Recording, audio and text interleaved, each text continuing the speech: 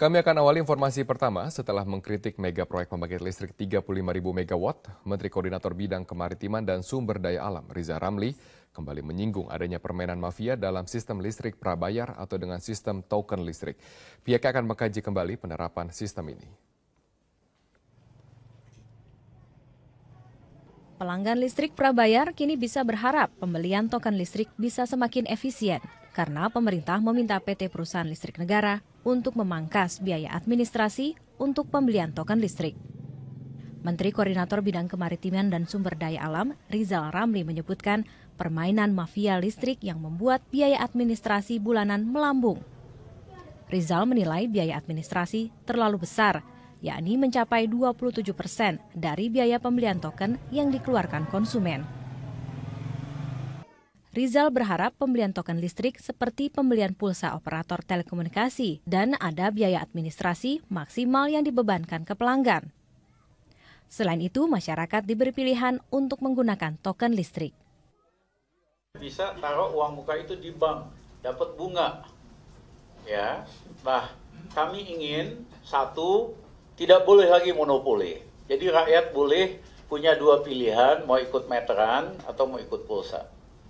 Yang kedua, pulsanya kalau 100.000, coba Pak Sofyan bilang tadi bisa berapa? Terus ada Pak. Biayanya, ya kan? Jadi Pak Sofyan bilang maksimum biayanya itu bisa 5.000, jadi dia beli 100.000, listriknya 95.000. Namun PLN menampik jika ada permainan mafia provider token listrik PLN. Kusdianto, manajer bidang hukum dan komunikasi PLN menilai adanya salah persepsi di masyarakat. Yang tertera di meteran listrik pelanggan adalah jumlah listrik atau kilowatt hour yang harganya tergantung golongan pelanggan. Komponen biaya listrik untuk pelanggan prabayar terdiri dari biaya administrasi yang diterapkan bank atau penyedia layanan pembayaran listrik. Nilainya pun beragam. Komponen lainnya adalah pajak penerangan jalan yang tergantung pada peraturan daerah setempat dan juga biaya materai. Biaya tersebut menjadi komponen pengurang dari dana yang dikeluarkan pelanggan untuk membeli listrik. Tidak sama satuan KWH dengan satuan rupiah. Jadi dari Rp100.000 tadi setelah dipotong admin bank, kemudian dipotong lagi untuk pajak, sisanya yang dibelikan energi listrik PLN dalam satuan KWH tadi sesuai tarifnya masing-masing. Dalam kasus pelanggan 1.300 VA, maka 100.000 tadi akan dapat 70, sekian kWh. Jadi yang tertulis di meter PLN itu bukan rupiah. Yang tertulis di meter PLN itu adalah satuan energi. PLN pun akan mensosialisasikan kepada masyarakat tentang asumsi pemakaian token listrik ini, sehingga kesalahpahaman tidak berlanjut. Apalagi jumlah pelanggan listrik prabayar cukup banyak atau mencapai lebih dari 20 juta pelanggan dari total pelanggan PLN nasional sebesar 59,4 juta orang. Penetapan biaya non-listrik bisa menjadi jalan keluar sehingga bisa mengurangi beban pelanggan. Dari Jakarta, Tim Liputan Metro TV.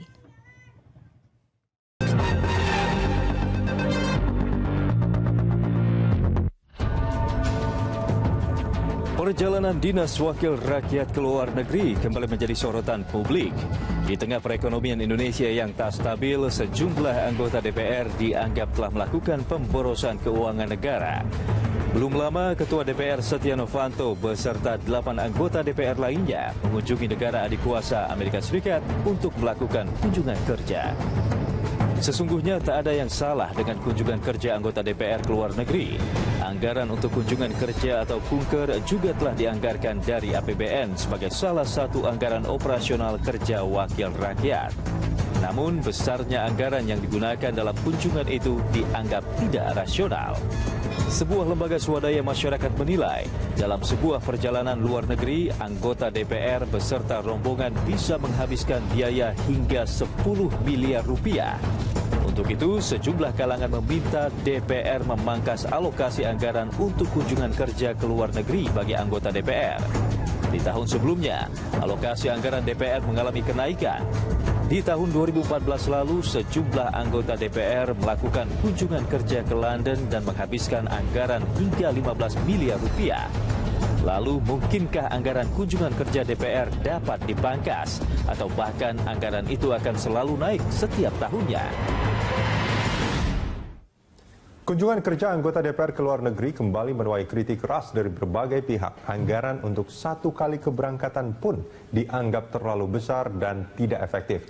Untuk membahas hal ini sudah hadir di studio Sekjen Fitra Yeni Sucipto. Kami juga mengundang Anda untuk berpendapat atau memberikan komentar lewat SMS ke nomor 0811-833-5551 atau melalui pesawat telepon di nomor 021 52900 308 atau 021 52900 311. Sebelum ke Yeni Sucipto, kita punya satu grafik tentang anggaran biaya perjalanan dinas anggota dewan berikut ini.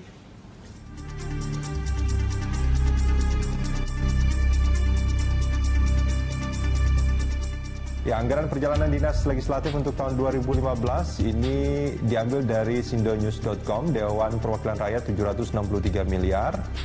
MPR ada 275 miliar dan DPD 195 miliar.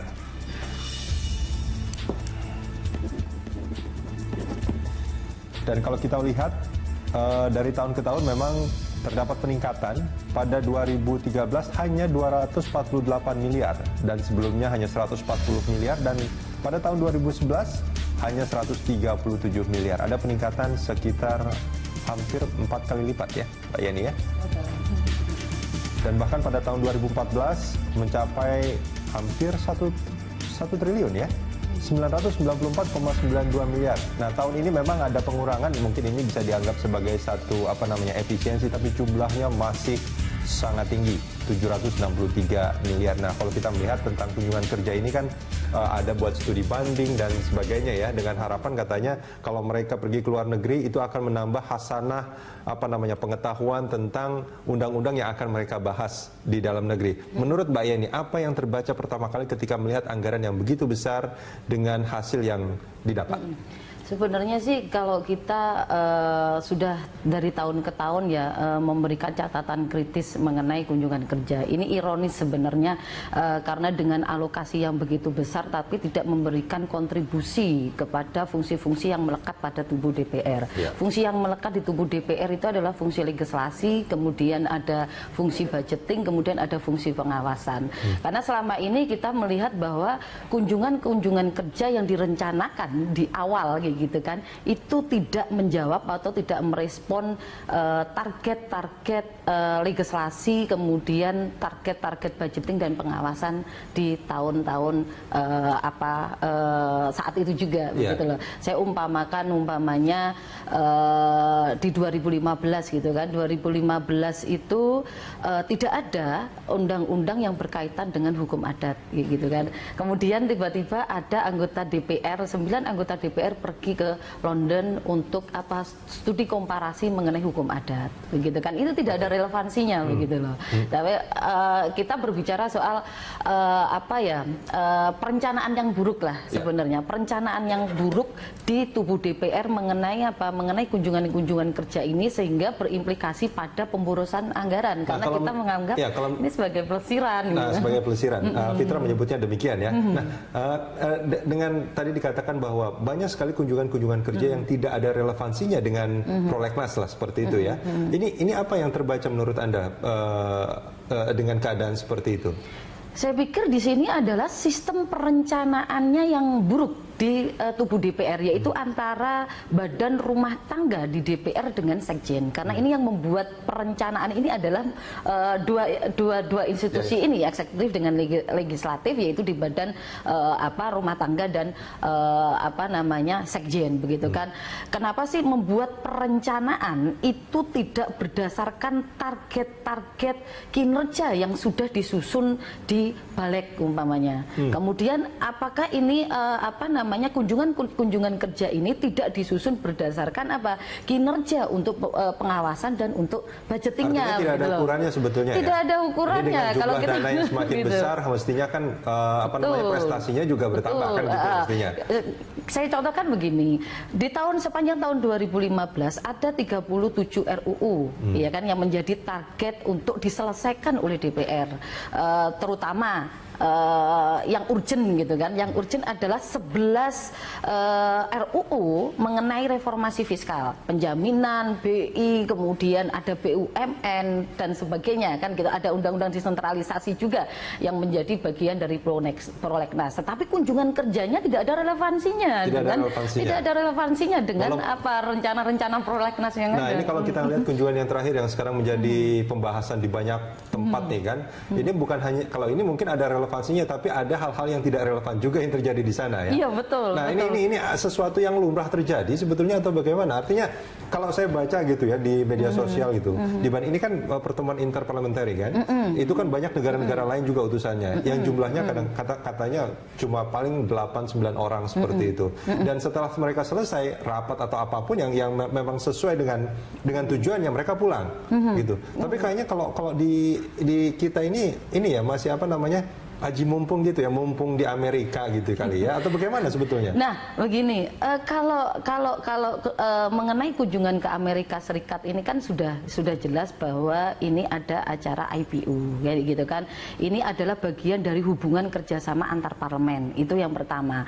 Cuma yang menjadi pertanyaan, dia memakai anggaran yang di mananya, kan begitu. Apakah dia memakai di fungsi legislasinya, apakah dia memakai fungsi di budgetingnya, ataukah dia memakai di fungsi pengawasannya.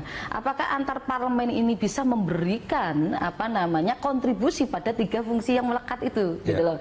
Ya kan? Jelas di sana cuma 4 hari. 1 hari untuk apa namanya acaranya, tetapi perjalanannya lah kita hitung 4 hari begitu kan. Tetapi ini dibudgetkan 12 hari. 12 hari? 12 hari, kemudian dibudgetkan juga 9 orang. Kemudian kita kemarin mendengar ada sekitar 33 orang yang berangkat. Pertanyaannya 33 orang akan memakai uang negara atau tidak, kan begitu. Yang dibudgetin adalah 9 orang begitu. Nah, sebenarnya agenda-agenda yang sudah direncanakan karena ini memakai uang negara biasanya sudah direncanakan jauh-jauh hari begitu loh. Satu bulan atau 2 bulan sebelum keberangkatan. Saya coba mengkonfirmasi sekali lagi. Ini sebetulnya acaranya cuma hanya 1 hari. 1 hari. Kalau misalkan perjalanan dari Indonesia ke Amerika itu sekitar berapa? 12 jam ya? Iya, betul. Sekitar 12 atau 1 hari lah. Hitung 4 hari lah. Nah, itu 4 hari. Artinya sebetulnya hari kelima mereka sebetulnya sudah harus balik. Sudah harus balik ya. Dengan kondisi tadi berapa? 14 hari. Artinya ada spend hari sampai 9 hari. Dan itu harus dibayar oleh negara. Iya. Setiap harinya mereka di sana. Begini. Karena begini. Ini bukan hanya di DPR ya, hampir semua kementerian lembaga, karena di sistem kita juga agak sedikit ini ya, apa namanya, evaluasi kinerjanya itu berdasarkan penyerapan anggaran, bukan evaluasi kinerja berdasarkan output apa yang dihasilkan. Akhirnya apa? Duit 8M, 9M harus habis saat itu juga. Oh, itu gitu kalau loh. Di kementerian, kalau di DPR bukan, di DPR juga seperti itu, gitu kan. Nah, ada 8N, umpamanya saya contohkan kemarin kita ngobrol dengan teman-teman di DPR. Nah, ini ada 8M, kok habisnya cuma 6M. Ini ada 8M, bagaimana? Ya sudah, kita habiskan saja, kan gitu. Begitu. Itu statement yang diungkapkan oleh teman-teman di DPR. Nah, inilah sebenarnya kita berbicara soal penyerapan anggaran yang tidak berdasarkan output yang dihasilkan, tetapi penyerapan anggaran berdasarkan evaluasi yang penting habis, kalau habis tidak dipotong, kan begitu. Di tahun sebelumnya, di tahun yang akan datang pasti akan mendapatkan ini lebih. Ini kan cara berpikir yang salah sebetulnya kan? Ya, sebenarnya.